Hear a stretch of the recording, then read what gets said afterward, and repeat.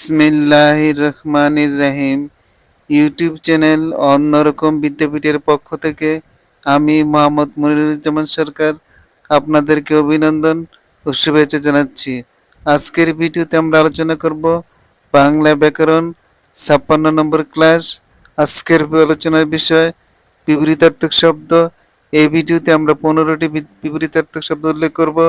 প্রিয় ভিউয়ার্সবৃন্দ, যারা ষষ্ঠ থেকে দ্বাদশ শ্রেণী পর্যন্ত অধ্যয়নরত রয়েছেন এবং চাকরির প্রত্যাশী, নিয়োগ পরীক্ষায় উত্তীর্ণ হওয়ার আশা করছেন এবং বিশ্ববিদ্যালয়ে ভর্তি পরীক্ষা দেওয়ার প্রস্তুতি নিচ্ছেন, তাদের জন্য এই ভিডিওটি। এখানে যে বিপরীতার্থক শব্দগুলি দেওয়া আছে, প্রথমে আমরা মূল শব্দ, তারপরে বিপরীতার্থক শব্দটা উল্লেখ করব। প্রিয় ভিউয়ার্সবৃন্দ, ভিডিওটা সম্পূর্ণটা দেখার জন্য আহ্বান থাকলো। ৩১ নম্বর উগ্র মূল শব্দ, বিপরীত শব্দ সৌম্য বা কোমল। ৩২ নম্বরের শব্দটা হলো মূল শব্দ উত্তরণ, বিপরীত শব্দ অবতরণ। ৩৩ নম্বরের মূল শব্দ উষা, বিপরীত শব্দ সন্ধ্যা। ৩৪ নম্বর মূল শব্দ ঐশ্বর্য, বিপরীত শব্দ দারিদ্র। তারপরে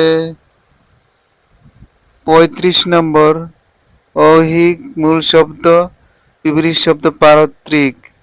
৩৬ নম্বর মূল শব্দ ঔদার্য, বিপরীত শব্দ কার্পণ্য। ৩৭ নম্বর কেজু, বিপরীত শব্দ অকেজু।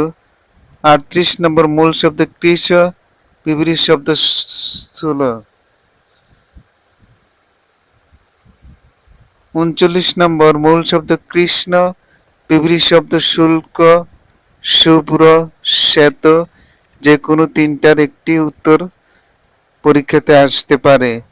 ৪০ নম্বর ক্ষমা শব্দের বিপরীত শব্দ হলো শান্তি।